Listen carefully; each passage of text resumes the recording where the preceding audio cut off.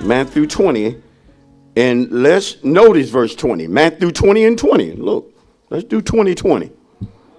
Matthew 20 and 20. Y'all be patient. Pay close attention. This is a much needed word. And we need to deliver the word with great accuracy. With accuracy, I mean we need to remain biblical. One thing I love about the Bible is that the Bible addresses everything that pertains to life. It addresses everything. Matthew 20 and verse number 20. Then the mother of Zebedee's sons, James and John, came to him, the him being Jesus, with her sons, kneeling down and asking something from him. Then the mother of Zebedee's sons came to him, to Jesus, with her sons, with her grown sons. Come on, somebody. With her grown sons. She ain't bringing no toddlers to Jesus. She bringing some grown sons to Jesus. And she's kneeling down as if she is a worshiper, but there's something she wants. You know, that's how some of us worship. We only worship when there's something we want. Ooh, some of you will get your praise on at church, but it's something you want. It's something you want. Amen. Kneeling down and asking something from him. And he said to her, "What do you wish? What is your request? What is it that I can do for you, mama?" She said to him, "Grant that these two sons of mine may sit, one on your right hand and the other on the left in your kingdom." Now these boys looking real bad. Come on. Oh, he got some mama boys here. These mama boys looking bad. As she's asking Jesus this, what she should not be asking him, the boys are seemingly quiet and just sitting back and letting mama do the talk. You know, there are men like that. They just sit back and let mama do the talk. What's wrong with you? Mama tell you.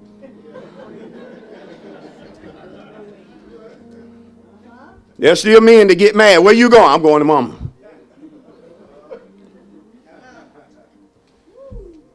Something wrong. Look at your neighbor and say, something wrong right here. Ooh, and all the mama boys are quiet. The mama boys are looking like, I know he even talk about mama on mama day. Notice what she asked Jesus. And I want y'all to notice something. She said, grant that these two sons of mine may sit, one on your right hand and the other on the left in your kingdom. So you have to be a good Bible reader. But what you don't see there is a question mark. She ain't asking. She ain't asking, she telling him. You know how you just got some mamas, they in certain areas they think too highly of their children. In certain areas they think too highly of their children. I remember years ago, and it just coming to me, I went to, like I say, some mamas just think too highly of their children. You know, some mamas want their children in the game even though they know their child ain't no good. Put him in. He can't play. Never forget, I went to my nephew game. He here, I ain't gonna call no name. I finally went to see my nephew play. Finally, they called his name and they put him in. And you getting in, I looked at his mama because his mama been sitting over there having an attitude the whole game, like, put my son in. Oh, nephew went in that game a minute. And he already had 3 or 4 fouls. Coach called the timeout and took nephew out. And I looked at my sister and I was just, in my mind, I was just like, what? Why did you want him in the...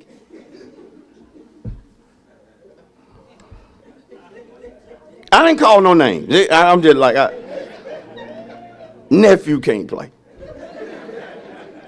Not this sport. He will become good in another sport. Not this sport. What's my point? Sometimes mothers, they just get fixated on their children being a certain thing. Let her sing. She can't sing.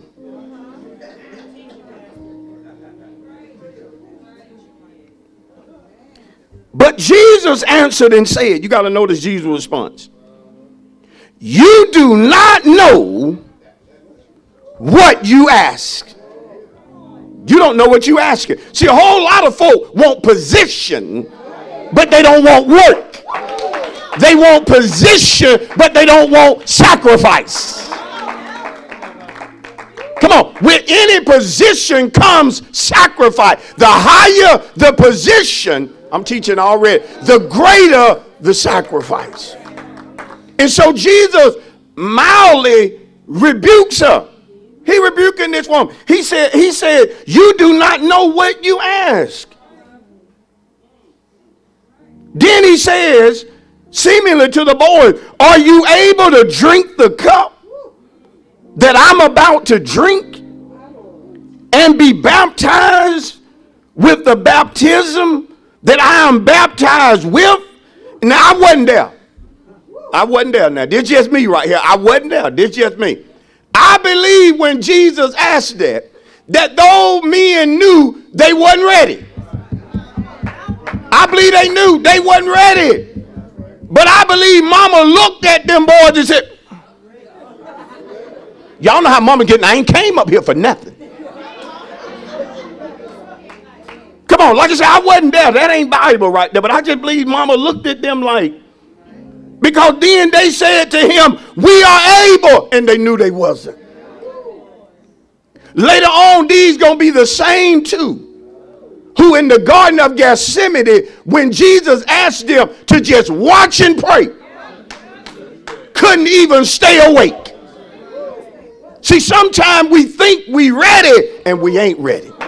And ain't nothing wrong with not being ready if you're willing to do all it takes to get ready and to stay ready.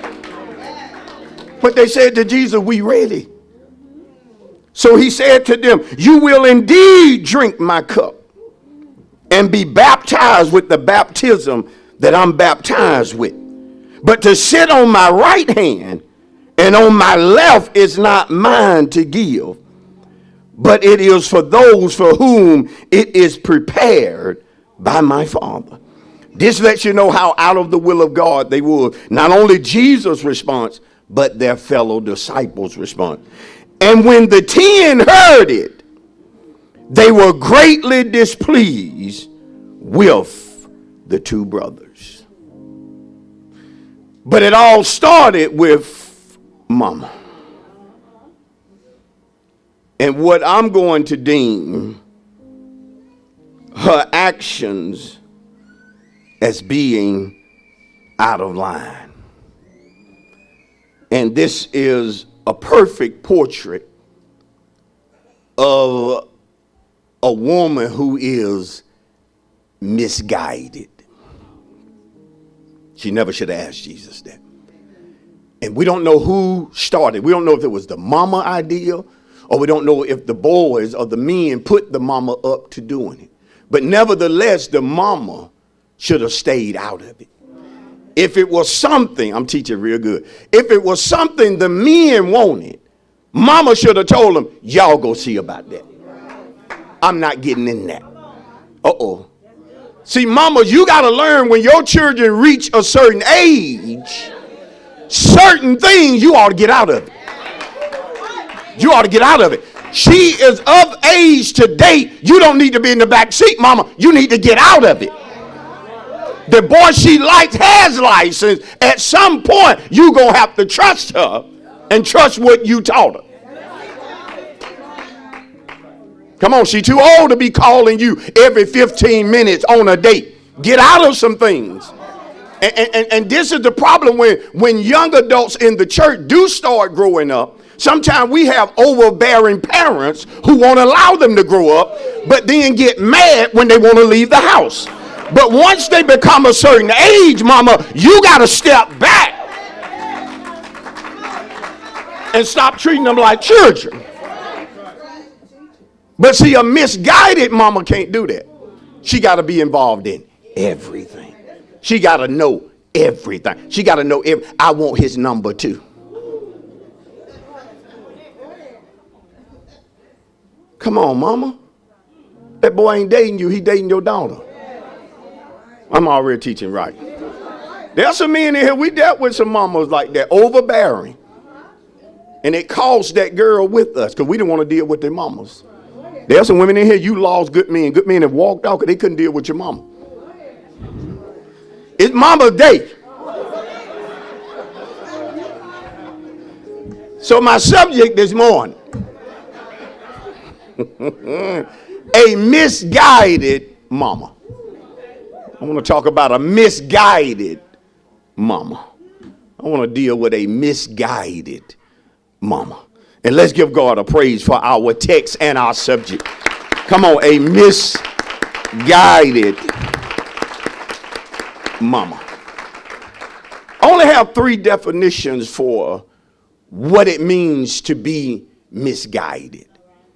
And certainly when we get in God and we get in him right, and we get in that word right, no true Christian should want to be misguided. I need to say it again. I didn't get enough amen. No true Christian should desire to be misguided. Number one, when it deals with being misguided, it has to do with being guided by the wrong motives or the wrong ideals. When a person is misguided, he or she can be misguided because they have the wrong motives or the wrong ideals. And if your motives are not right, then your actions will not be right. Because you're going to basically choose and do according to your motives. And the gospel tells us about a woman, a mama, with evil motives. Bible talks about a woman by the name of Herodias. This woman was so evil. Her motives as a mother were so evil that she hated John the Baptist so much, her and the king who she was married to, or with, whom she had no business being with, and John called it out. He called it out. And you know, there are still women that don't like you to call them out. You know, even though what you're saying may be right, everybody knows about this woman or this sister that she's all right with you until you call her out. Come on, somebody. And so Herod wanted to kill John. But the Bible said he feared the people because the people deemed John a true prophet. And so Herod wouldn't touch him. But Herodias got her daughter to dance before Herod. And the Bible said that this young girl danced in such a way that she turned the old king on. Come on, somebody. She got his motives going. This girl was gifted at dancing, but her mama evil motives, she stepped in and used the girl's gifts in an evil way. Got him to dance before the king. And she so danced before him that the king got excited. And at the end of her dance, I know, brother, come on, hold on, brother. Now we've been to some strip clubs. We've seen some evil dancing, brother. But I ain't never seen no dancing that would make me say to a woman that I would give you half of everything that I own. Oh, these brothers ain't gonna be real. These brothers ain't. I ain't seen no dancing like that to where at the end of the lap dance, I'm gonna keep it real, that I say to that stripper, you can have half of everything that I own. Never seen it. Never seen it. Never seen it. But Herod was put under what no doubt is an evil spell. Watching that girl dance. See, that brings certain dancing don't belong in the church. Come on, now you can't be twerking talking about you giving God the praise. No, we can dance, but our dancing has to remain a holy dance. Come on, somebody. But anyway, when she got done, that's what he told the girl. He said, you can have up to half of my kingdom. Just whatever you want, just ask of it. The girl ran back to her mama. Remember, I'm talking about a misguided mama. I'm talking about a mama with evil motive. This woman so hated, I'm going somewhere, John the Baptist, that she said to her daughter, you go tell him that you want John the Baptist's head on a silver platter. That's what you want. You tell him to chop the prophet's head off. And the Bible said because Herod was bound by his oath that he had made in front of people and not wanting to embarrass himself or embarrass his kingdom, he had John's head cut off. Oh, come on, somebody. Had it cut, slap off of his body. And he did right. And he gave it to the girl. This is what you want. And the Bible said that the girl took the head of John the Baptist to her mama and said, here you go, mama. I've done what you wanted me to do. But the evil motive of a woman hating a man so bad that she would use her child to get to him. I told you I'm going somewhere. I'm going somewhere. In our day and time, you have evil mamas who hate their babies' daddies so bad, all because, and not in all cases, you know, we talk about deadbeat dads and we talk about dads that don't want to support their children. We talk about dads that don't want to be there for their children. But now let's talk about some misguided mamas, because all men are not deadbeat dads. And there are some men that the only reason they can't see their children the way they want to see them is because that man don't want mama. And because that man don't want mama, and mama got these evil motives, she turns the child against the man. Oh, y'all might as well clap because it's right in our day and time. She uses the child against the man. Tells the child things about the man that's not true, so that she will hate him. When the truth is, the man again no longer desires to be with her. And see, but when a mama is misguided, she will use even her children in an evil way to get what she wants. Their mama sending their children out on street corners to beg for food, while mama sits in the house lazy and don't want to work, depending on a government assistant, but using the children to hold up little signs and to go into places asking and begging for food. Evil motives. Come on, somebody. There are some mamas who have some evil motives. Number two, misguided being guided by the wrong person. If a mama is guided by the wrong person, she will be misguided. If a mama is not careful about who she listens to, she will make decisions that will negatively affect her children and her household, because she's being guided by the wrong person.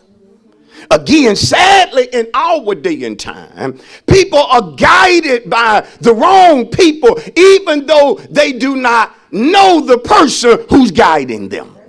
Oh, come on. Oh, come on, y'all. There are plenty of women who their behavior, their attitude, and so forth is guided by a couple of whorish women who have their own program. And because these whorish women act a certain way, then here's a woman who's striving to be good or to do what is right, but she can't get away from Atlanta Housewives. She can't get away from the love of hip hop and so forth. And so you got women who strive to be good, but they can't maintain it because they're guided by evil people, even though they can't see the people or don't physically know them, but because they tune in to them all the time. They got to hear everything that these folks are saying. Oh, come on, somebody. Y'all know it's tight, but it's right. We got women who can't get their act together because of certain programs that they love watching, because of what they love listening to. Can I just be real this morning? There are certain shows that's just messing up women. There are certain music that's just messing up women. And the more they listen to it, the more misguided they become. No godly woman should ever desire to listen to Beyonce. No. You are misguided if you're led by Beyonce. You're misguided if you're led by Sexy Red. You're misguided if you're led by Megan Thee Stallion. You're misguided. Oh, I'm going to stand 10 toes down and preach it. You are misguided, but I don't see nothing wrong with it. Look at her attitude. Look how she dresses. More than that, look how she put down women.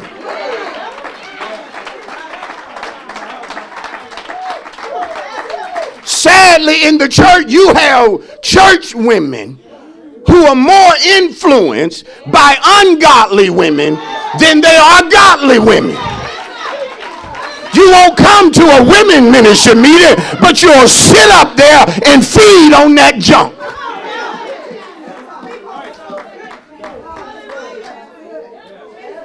And wonder why you desiring what you are desiring.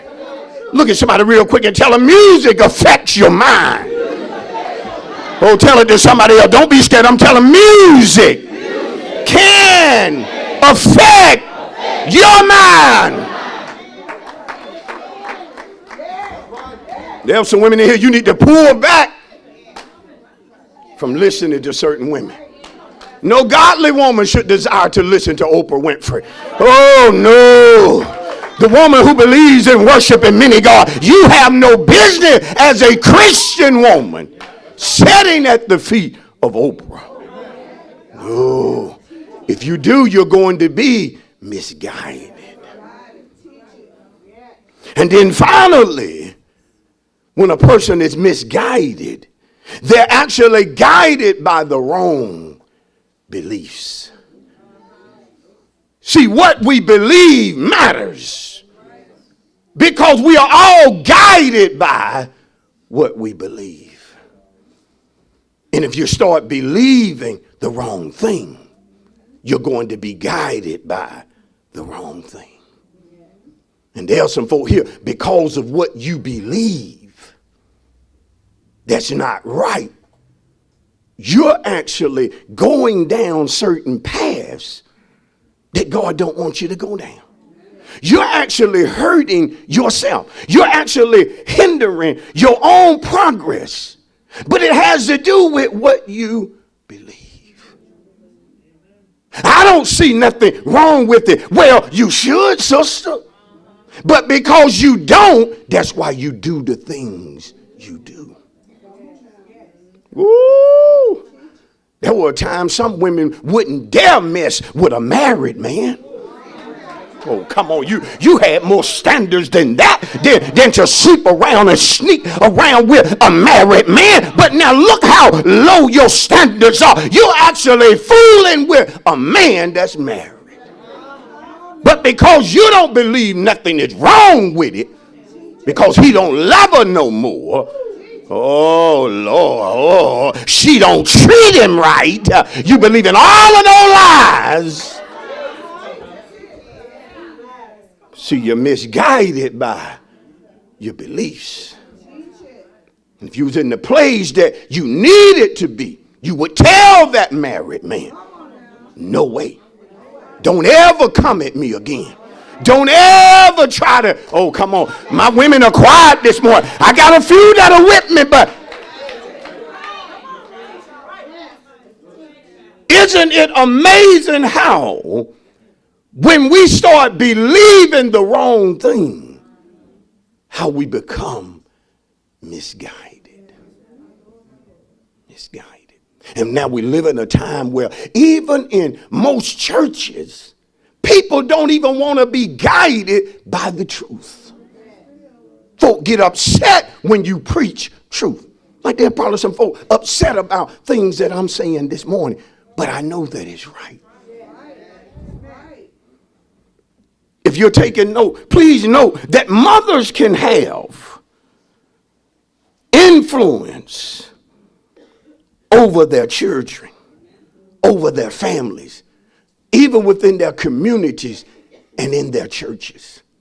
Mothers have more influence than they really realize. Some mothers don't realize the amount of influence you have.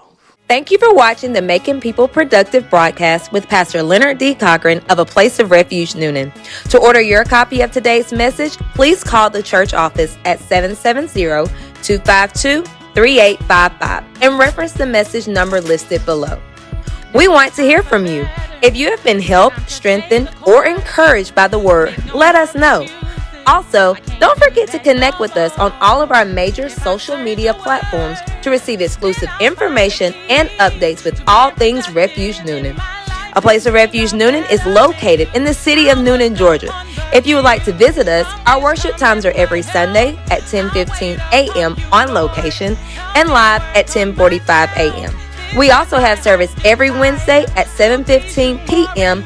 via Facebook and YouTube Live.